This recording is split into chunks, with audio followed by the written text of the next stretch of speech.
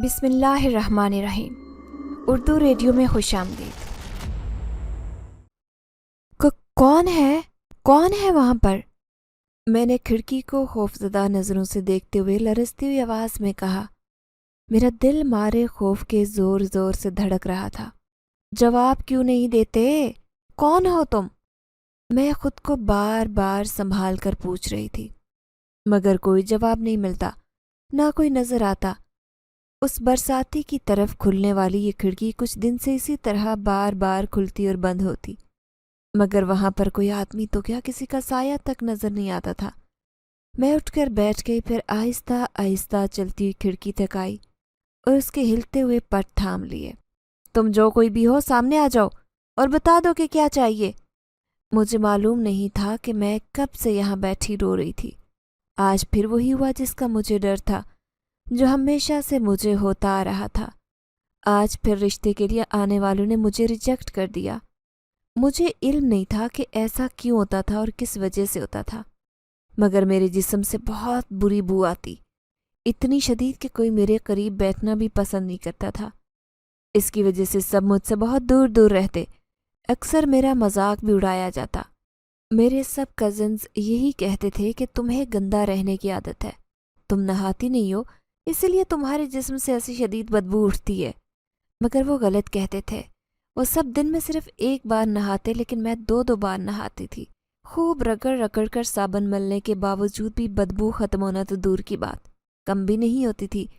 اور میری یہ حالت تب سے تھی جب سے مجھے ٹائیفائڈ ہوا تھا، اور میری امی جو انتہائی درجے کی توہم پرست اور ضعیف الاعتقاد خاتون تھی، وہ مجھے پیرو فقیرو اور عاملو کے پاس لے کر جانے لگی۔ میرے ابو ایک سرکاری اسکول میں ماسٹر تھے۔ ان کا تعلق درمیانے طبقے سے تھا۔ وہ 4 بھائیوں میں سب سے چھوٹے تھے۔ ہم سب دادا جان کے بنوائے ہوئے بڑے سے گھر میں رہتے تھے جو انہوں نے کبھی اچھے وقتوں میں بنوایا تھا۔ اس گھر کے 4 حصے کر دیے گئے تھے، جس میں سے ایک پورشن ہم لوگ یعنی میرے دونوں بہن بھائی اور امی ابو رہتے تھے، جبکہ باقی 3 پورشن میں ابا کے باقی تینوں بھائی رہتے تھے۔ میرے ابو کی تنخواہ اتنی تھی کہ اس سے ہمارے گھر کا گزارا بہت اچھے سے ہو جاتا۔ ابو کے برعکس میری امی بالکل ان پڑھ تھی۔ اگرچہ امی کا تعلق بھی ابو کے ہی خاندان سے تھا، مگر ننیہال میں لڑکیوں کو پڑھانے کا رواج نہیں تھا۔ صرف اتنا ہی نہیں، بلکہ ان کی تربیت کا بھی کوئی خاص خیال نہیں رکھا جاتا تھا، اسی لیے امی بالکل ان پڑھ رہ گئی تھی۔ ان کو تو ہم دونوں بہنوں کی تعلیم و تربیت کی بھی کوئی خاص پرواہ نہیں ہوتی تھی۔ ابو البتہ ہم پر خاص توجہ دیتے تھے اور ہماری پڑھائی کا خاص خیال رکھتے۔ اسی وجہ سے ہم چاروں بہن بھائی اپنے ننیال سے بالکل الگ سوچ کے مالک تھے۔ ہم میں سے جب بھی کوئی بیمار پڑتا تو امی ڈاکٹر کے پاس جانے کے بجائے پہلے تو مختلف ٹوٹکے آزماتی، اس کے بعد درگاہوں اور خانقاہوں کی خاک چھانتی۔ اس دوران اگر ابو کو پتہ چلتا تو وہ ہمیں ڈاکٹر کے پاس لے کر جایا کرتے تھے۔ یوں تو ہم سب بہن بھائی اچھی خاصی شکل و صورت کے مالک تھے، مگر میں ان میں سب سے خوبصورت تھی۔ خاص طور پر میرے بال بہت خوبصورت تھے۔ میری کزنز اور میری بہن میرے بالوں کو حسرت بھری نگاہوں سے دیکھتی اور اکثر مذاق مذاق میں کہا کرتی تھی، زریاب اپنے بال ہمیں دے دو اور تم ہمارے لے لو۔ جواب میں ہنس پڑتی تھی، لیکن میں نہیں جانتی تھی کہ میری یہ ہنسی چند روزہ ہے۔ جب میں 15 سال کی ہوئی تو مجھے ٹائیفائڈ ہو گیا۔ اس بیماری نے مجھے نچوڑ دیا تھا۔ وجہ وہی امی کی لاپرواہی اور پرانے ٹوٹکے اور تعویذ دھاگوں کے پیچھے دوڑنا تھا۔ ابو کو انہوں نے شروع میں پتہ ہی نہیں چلنے دیا تھا اور مجھے بھی سختی سے منع کر دیا تھا۔ اس لیے جب انہیں علم ہوا میرا ٹائیفائڈ بگڑ چکا تھا، ابو جب مجھے ڈاکٹر کے پاس لے کر گئے تو ابو پر غصہ کرنے لگا۔ آپ اپنی بیٹی کو مارنا ہی چاہتے تھے تو سیدھے سیدھے اسے زہر دے دیں، یوں تڑپا تڑپا کر مارنے کا کیا فائدہ؟ ابھی بھی لانے کی کیا ضرورت تھی؟ اور دیر کر دیتے۔ غصے سے چلاتے ہوئے ڈاکٹر نے علاج سے ہی صاف انکار کر دیا، مگر ابو کی منت سماجت اور میری مسلسل بگڑتی حالت نے اسے میرا علاج کرنے پر مجبور کر دیا۔ ڈاکٹر کی تلخ باتیں سن کر ابو بہت شرمندہ ہوئے تھے، حالانکہ اس میں ان کی کوئی غلطی نہیں تھی۔ یہ امی ہی تھی جنہوں نے اپنے توہمات کے باعث مجھے نہ صرف موت کے منہ میں پہنچا دیا، بلکہ مجھے میری زندگی کی بدترین صورتحال سے بھی دوچار کر دیا۔ اس پیروں فقیروں کے سلسلے میں ہونے والی بھاگ دوڑ میں نہ جانے ایسا کیا ہوا کہ میں شدید بدبو کے عذاب میں مبتلا ہو گئی۔ میرے جسم سے اچانک انتہائی بدبو آنے لگی۔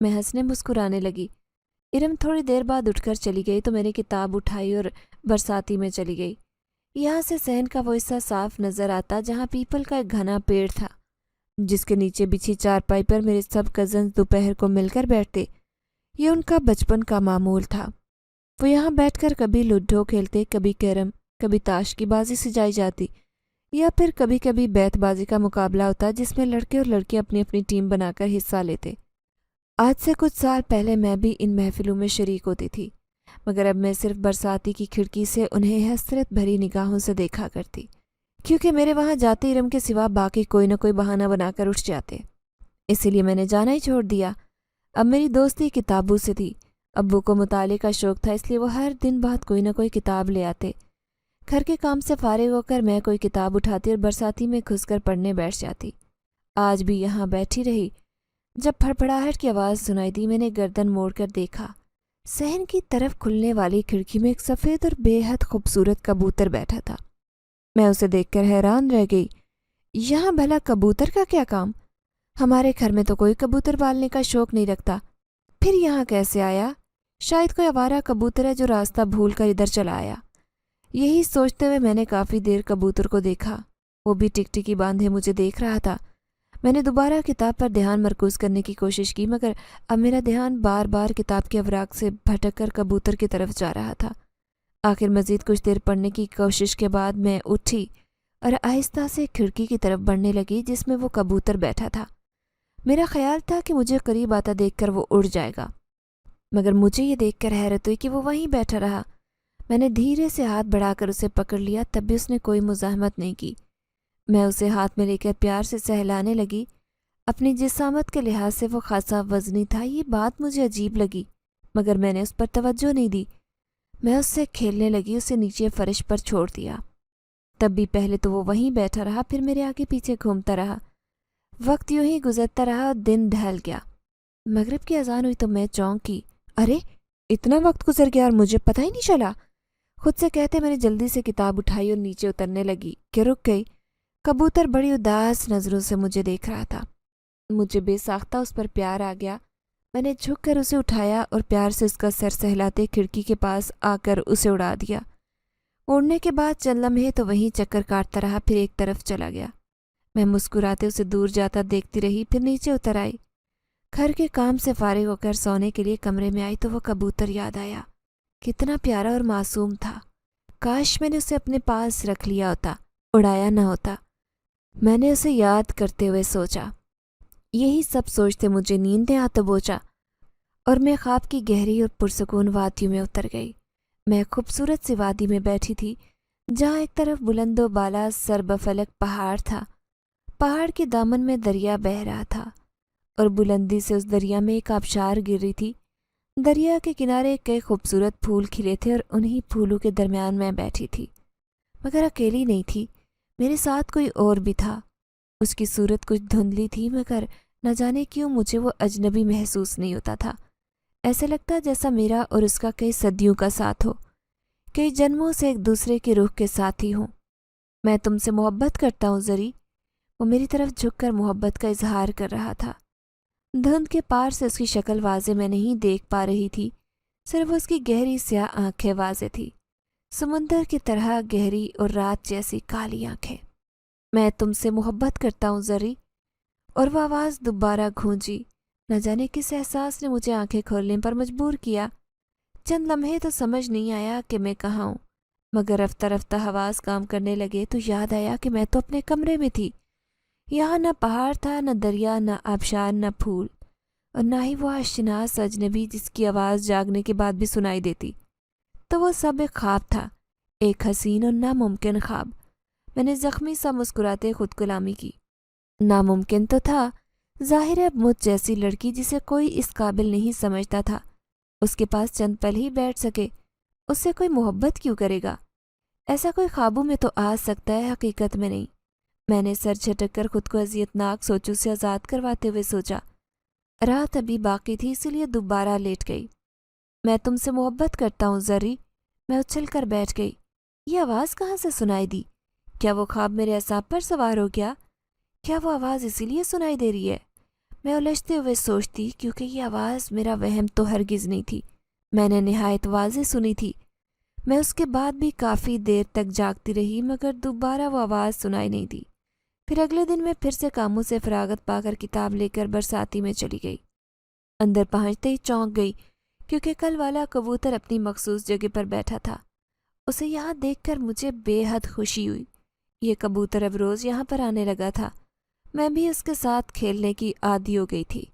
اگلی رات میں کافی دیر تک جاگتی رہی مگر جب کوئی بھی آواز سنائی نہیں دی تو میں بھی مطمئن ہو کر سو گئی کہ شاید کل والی آواز میرا وہم تھی۔ رات کے کسی پہر اچانک میری آنکھ کھل گئی۔ مجھے محسوس ہوا کہ کمرے میں میرے علاوہ بھی کوئی اور موجود ہے۔ اس خیال سے ہی میری ریڑھ کی ہڈی میں سرد لہر دوڑ گئی۔ میں مکمل اندھیرے میں سونے کی عادی تھی، اسی لیے اس وقت نائٹ بلب کی روشنی بھی نہیں تھی۔ کچھ نظر نہیں آتا تھا، بس محسوس ہو رہا تھا کہ کوئی میرے سرہانے موجود ہے۔ گہری اور بھاری سانسوں کی آواز تو بہت واضح تھی۔ میں ڈر کے مارے ساکت و جامد پڑی رہی۔ کچھ دیر بعد مجھے محسوس ہوا کہ دائیں طرف کی کھڑکی جو صحن میں کھلتی تھی اسے کسی نے کھولا اور پھر بند کیا۔ اس کے بعد خاموشی چھا گئی۔ میری آج کی رات بھی جاگتے ہوئے ہی گزری۔ صبح اٹھی تو رات والے واقعے کا کسی سے بھی ذکر نہیں کیا، ورنہ شاید سب مذاق اڑانے کے لیے ایک نیا موضوع تلاش کر لیتے۔ اگلی رات بھی یہی ہوا اور میں ڈر سے کپ کپاتی رہی۔ پھر تو گویا معمول بن گیا، روزانہ دائیں طرف والی کھڑکی خود بخود کھلتی اور بند ہو جاتی۔ میں اس روز روز کی آنکھ مچولی سے تنگ آ گئی تھی۔ آج تو میں نے سوچ لیا تھا کہ چاہے کچھ بھی ہو آج تو پتہ لگا کر رہوں گی۔ آج پھر ایک عورت اپنے بیٹے کا رشتہ لے کر آئی تھی اور بڑے آرام سے مجھے ریجیکٹ کر کے چلی گئی۔ میں اپنے کمرے میں آ کر بہت دیر روتی رہی۔ رات گہری ہونے لگی تو آنکھیں بند کر کے لیٹ گئی مگر نیند آنکھوں سے کوسوں دور تھی۔ تھوڑی دیر بعد کھڑکی خود بخود کھلتی چلی گئی۔ میں نے ہمت کر کے پوچھ ہی لیا، کون ہے؟ کون ہے وہاں پر؟ میں نے کھڑکی کو خوفزدہ نظروں سے دیکھتے ہوئے لرزتی ہوئی آواز میں کہا۔ میرا دل خوف کے مارے زور زور سے دھڑک رہا تھا۔ جواب کیوں نہیں دیتے؟ کون ہو تم؟ میں خود کو سنبھال کر بار بار پوچھ رہی تھی مگر کوئی جواب نہیں ملتا، نہ کوئی نظر آتا۔ اس برساتی کی طرف کھلنے والی یہ کھڑکی تقریباً 1 ماہ سے اسی طرح بار بار کھلتی بند ہوتی مگر وہاں کوئی آدمی تو کیا، کسی کا سایہ تک نظر نہیں آتا۔ میں پریشان ہو گئی کہ آخر یہ سب کیا تھا۔ انہی دنوں ہمارے ایک رشتہ دار جو شمالی علاقوں میں رہائش پذیر تھے، ان کی شادی کی تقریب میں شرکت کی دعوت ملی۔ میں وہاں جانا نہیں چاہتی تھی مگر گھر کے دیگر سب لوگ جا رہے تھے اور میرا یہاں اکیلے رہنا ممکن نہیں تھا، اس لیے مجبوراً مجھے بھی سب کے ساتھ جانا پڑا۔ ہم سب بازریہ روڈ گئے تھے، سب کزنز ساتھ تھے اور مجبوراً مجھے بھی انہی کے ساتھ بیٹھنا پڑا۔ سفر میں میرے سوا سب نے خوب ہلا گلا اور انجوائے کیا تھا مگر میں ایک کونے میں سکڑی سمٹی بیٹھی رہی۔ کیا میں کبھی ان کی طرح ایک نارمل زندگی گزار سکوں گی؟ میں نے افسردگی سے سوچا۔ بوریت سے بیزار ہو کر میں نے کھڑکی سے باہر دیکھا۔ مجھے حیرت کا شدید جھٹکا لگا۔ گاڑی سے ذرا فاصلے پر وہ سفید کبوتر اڑ رہا تھا۔ مجھے خوشگوار سی حیرت ہوئی۔ میں دیر تک دیکھتی رہی، وہ وہی کبوتر تھا جو روزانہ آیا کرتا تھا۔ اچانک ہی وین کو ایک زوردار جھٹکا لگا اور وہ رک گئی۔ میں بھی اپنی محویت سے باہر نکل آئی۔ ارے کیا ہوا؟ وین کیوں رک گئی؟ اب کیا مصیبت پڑ گئی ہے اس کو؟ سب ایک ساتھ بولنے لگے۔ وین کے اس طرح رکنے سے سب کا موڈ آف ہو گیا تھا۔ فیول تو ختم نہیں ہو گیا؟ ارم نے علی سے پوچھا جو وین ڈرائیو کر رہا تھا۔ نہیں تو، فیول تو پورا ہے، علی نے کہا تو لڑکے نیچے اتر آئے۔ لو جی، پہیا گیا کھڈے میں۔ باہر سے عاطف کی آواز سنائی دی تو لڑکیاں بھی نیچے اتر آئی۔ سب لوگ دھکا لگانے لگے مگر گاڑی ٹس سے مس نہیں ہوئی۔ نہ جانے کس اینگل سے جا پھنسی تھی کہ نکلنے کا نام ہی نہیں لے رہی تھی۔ میں سب کے ساتھ ہی نیچے اتری مگر ذرا فاصلے پر کھڑی ہو گئی۔ اپنی وین کے پیچھے میں نے ایک اور گاڑی کو نمودار ہوتے دیکھا جسے ایک نوجوان لڑکا ڈرائیو کر رہا تھا۔ قریب آ کر اس نے بریک لگائی اور کھڑکی کا شیشہ نیچے کر کے مجھ سے پوچھا، کیا ہوا؟ آپ لوگ یہاں کیوں کھڑے؟ جی وہ گاڑی پھنس گئی ہے۔ میں اس کی سحر انگیز شخصیت کے جادو سے خود کو آزاد کرواتے ہوئے بولی۔ او ٹھہریے، میں دیکھتا ہوں۔ وہ اپنی کار سے نیچے اتر آیا۔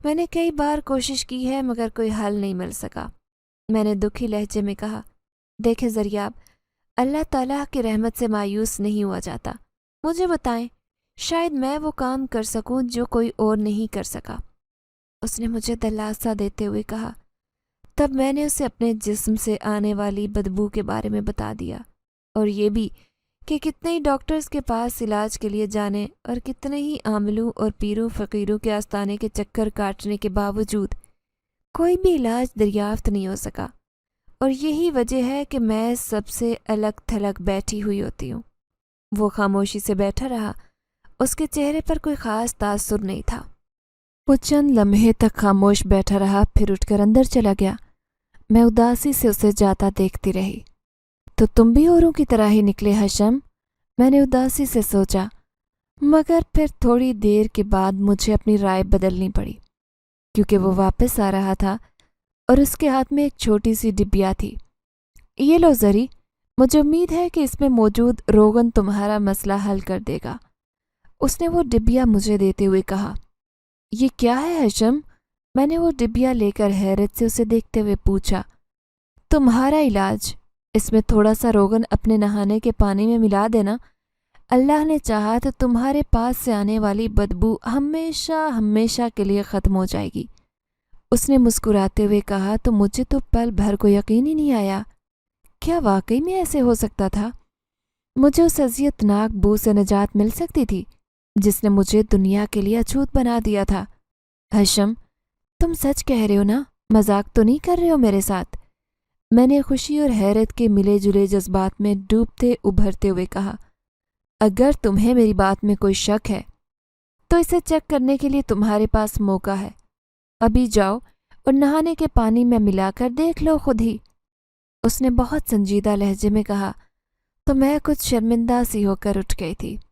میرا یہ مطلب نہیں تھا حشم، بس اتنی تکلیف دیکھی ہے کہ میں نے اپنی بات ادھوری چھوڑ دی، کیونکہ اس نے اپنے ہاتھ کے اشارے سے مجھے کچھ بھی کہنے سے روک دیا تھا۔ جاؤ زری، اور جا کر اس تکلیف دہ بدبو سے نجات حاصل کر لو، اس نے نرم لہجے میں بڑے یقین سے کہا۔ تو میں اٹھ کر باتھ روم کی طرف چل دی۔ میں نے ٹب کو پانی سے بھرا اور حشم کی دی ہوئی ڈبیا کا ڈھکن کھول دیا۔ اندر تیل جیسا کوئی سیال مادہ بھرا ہوا تھا جس سے بھینی بھینی سی خوشبو آ رہی تھی۔ میں نے ڈبیا کا سارا روغن ٹب کے پانی میں اڈھیل دیا اور اسے اچھی طرح سے ہلانے کے بعد اس سے نہا لی۔ پہلے تو مجھے کوئی خاص فرق محسوس نہیں ہوا اور میں سوچنے لگی کہ شاید یہ علاج بھی میرے لیے کوئی کارگر ثابت نہیں ہوا، مگر جب میں باتھ روم سے باہر نکلی تو یہ دیکھ کر میں خوشی سے پاگل ہو گئی کہ اس اذیتناک بدبو سے مجھے نجات مل چکی تھی۔ نہ صرف اتنا بلکہ میرے جسم سے بھی ایسی ہی بھینی بھینی خوشبو آنے لگی جیسی اس روغن میں تھی۔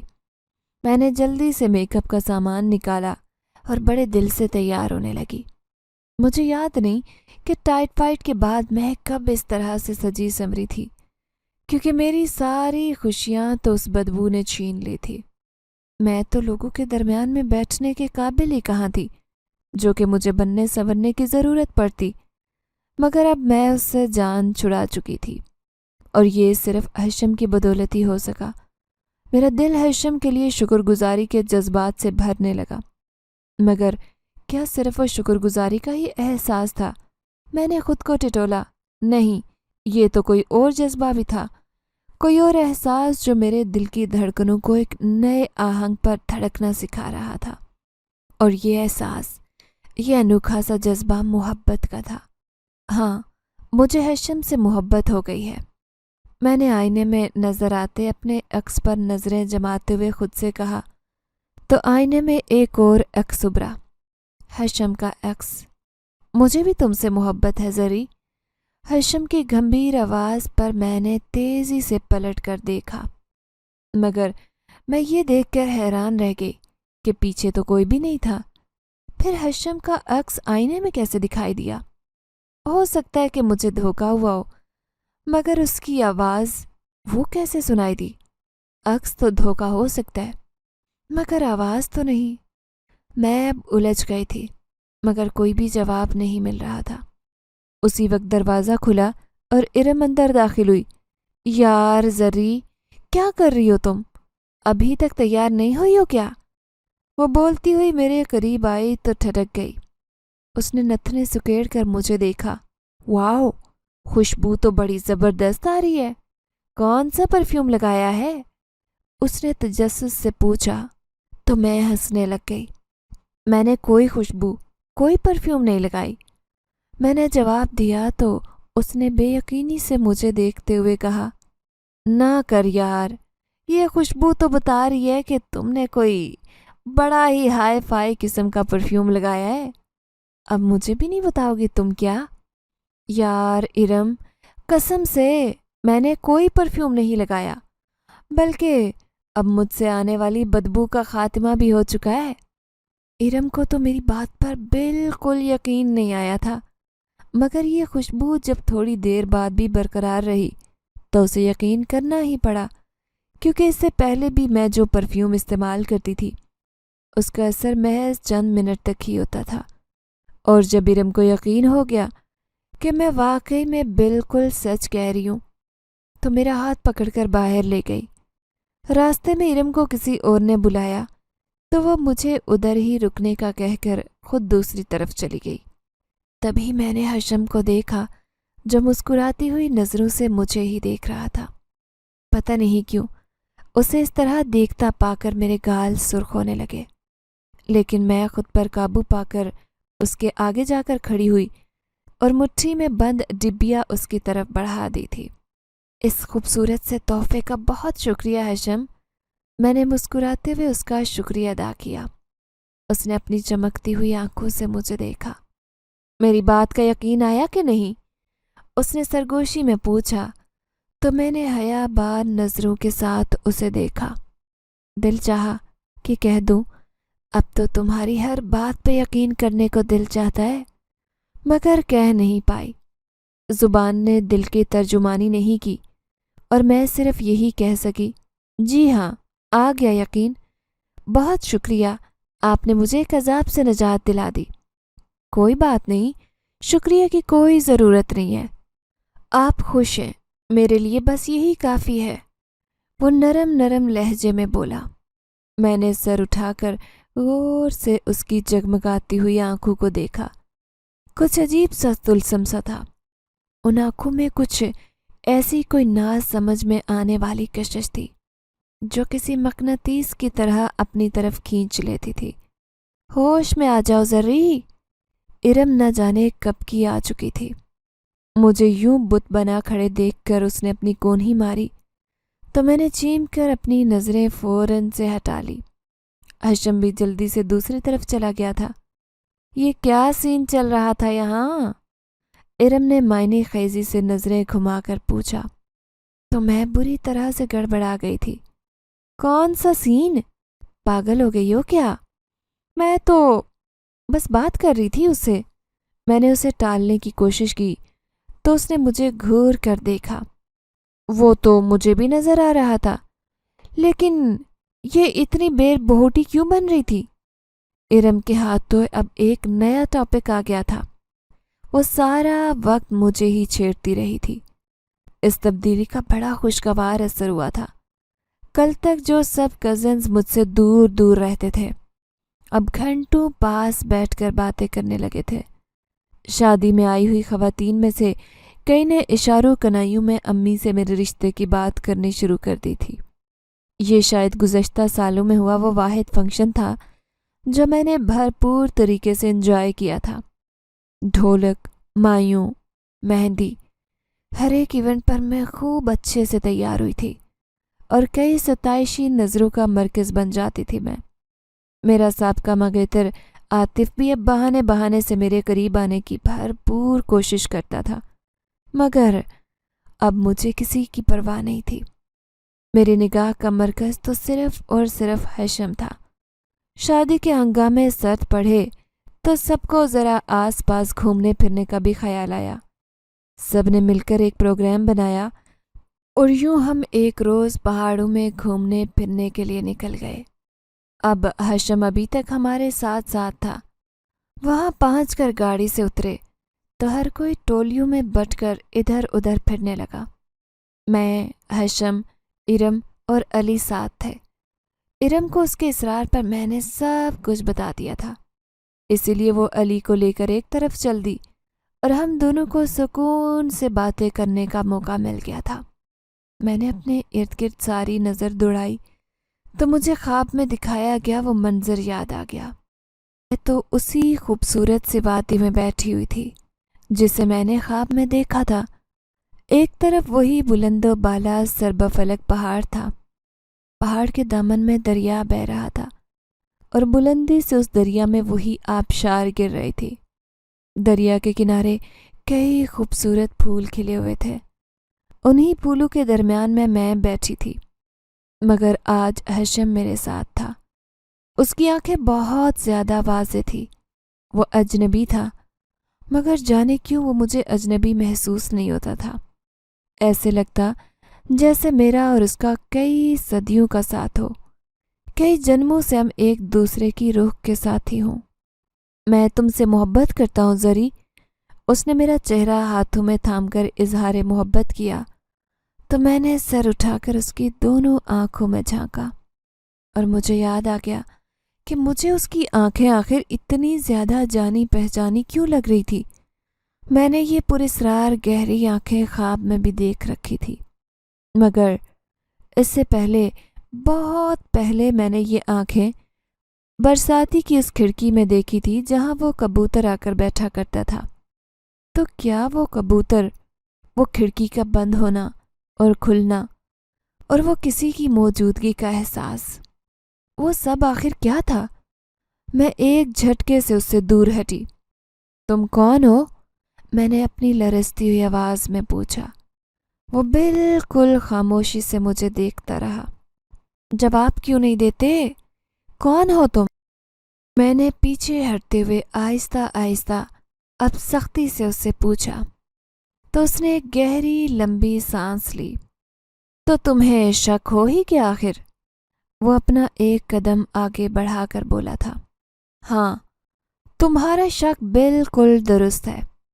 میرا تعلق تو تمہاری دنیا سے نہیں ہے اور نہ ہی میں تمہاری طرح کا کوئی انسان ہوں، بلکہ میں ایک جن زادہ ہوں۔ میں تم سے بہت محبت کرتا ہوں۔ میں نے پہلی بار تمہیں تب دیکھا تھا جب تم اس برساتی کے کمرے میں اداس بیٹھی تھی۔ تمہاری خوبصورت زلفیں کھڑکی سے آنے والی ہوا سے پوری طرح لہرا رہی تھی اور اسی وقت انہوں نے میرا دل چرا لیا۔ میں کبوتر کے روپ میں آ کر تمہیں روز دیکھا کرتا تھا، میں تمہارا دل بہلانے کی کوشش کیا کرتا تھا۔ پھر مجھے جب معلوم ہوا کہ تمہاری اداسی کی کیا وجہ ہے تو میں نے اپنی ہی دنیا میں بغیر تمہیں بتائے تمہارا علاج ڈھونڈنا شروع کر دیا تھا اور آخر کار مجھے وہ روغن مل ہی گیا تھا۔ کبوتر بن کر تو میں تمہیں وہ روغن ہرگز نہیں دے سکتا تھا، اسی لیے میں نے اس کے لیے انسانی روپ اختیار کیا، اور تم بھی تو مجھ سے محبت کر بیٹھی۔ اس دن آئینے کے سامنے تمہارا اظہار محبت میں نے خود سنا تھا، لیکن اب جب کہ تم میری اصلیت کو جان ہی چکی ہو تو تمہارے پاس پورا اختیار ہے۔ چاہو تو میری محبت کو قبول کر لو، چاہو تو اس کو ٹھکرا دو۔ میں ایک مسلمان جن کے طور پر تمہیں اپنا یہ قول دیتا ہوں کہ اگر تو تم نے مجھے قبول نہیں کیا تو پھر میں کبھی بھی تمہاری راہ میں ساری زندگی نہیں آؤں گا۔ وہ سب کچھ بتا کر بالکل چپ ہو گیا تھا اور میں خاموشی سے اسے دیکھتی رہی۔ اس نے یہ سب کچھ مجھ سے چھپایا تھا، مگر اس نے مجھ سے کوئی جھوٹ نہیں بولا تھا، کوئی دھوکہ، کوئی فریب نہیں دیا تھا، بلکہ اس نے تو مجھ پر ایک بہت بڑا احسان کیا تھا، مجھے لوگوں میں رہنے اور اٹھنے بیٹھنے کے قابل بنا دیا تھا، اور سب سے بڑھ کر وہ مجھ سے بہت محبت کرتا تھا۔ لیکن کیا میں سب کچھ جان لینے کے بعد بھی اس سے محبت کرتی تھی؟ خود سے سوال کرتے ہوئے میں نے اپنے دل کو ٹٹولا۔ دل کی مسند پر تو اب بھی وہی براجمان تھا۔ مجھے تمہاری محبت قبول ہے، لیکن تمہیں میری ایک شرط قبول کرنی ہوگی۔ کیسی شرط؟ اس نے بے تابی سے پوچھا۔ تمہیں میری دنیا میں رہنا ہوگا انسان بن کر، اور وعدہ کرو کہ کبھی مجھے چھوڑ کر نہیں جاؤ گے۔ میں نے ہاتھ بڑھا کر کہا تو اس نے میرا ہاتھ تھام لیا۔ وعدہ رہا، تمہیں چھوڑ کر کہیں نہیں جاؤں گا۔ ہم دونوں مسکرائے۔ سورج غروب ہو رہا تھا، پرندے اپنے آشیانوں کی طرف لوٹ رہے تھے۔ ہم دونوں بھی ہاتھوں میں ہاتھ دیے ایک نئی زندگی کا آغاز کرنے گھر کی طرف چل پڑے تھے۔ اگر آپ کو ہماری یہ کہانی پسند آئی ہے تو لائک کیجیے، شیئر کیجیے، اور اگر ابھی تک آپ نے ہمارا چینل سبسکرائب نہیں کیا تو اردو ریڈیو کو لازمی سبسکرائب کیجیے۔ ملتے ہیں اگلی ویڈیو میں۔ اللہ حافظ۔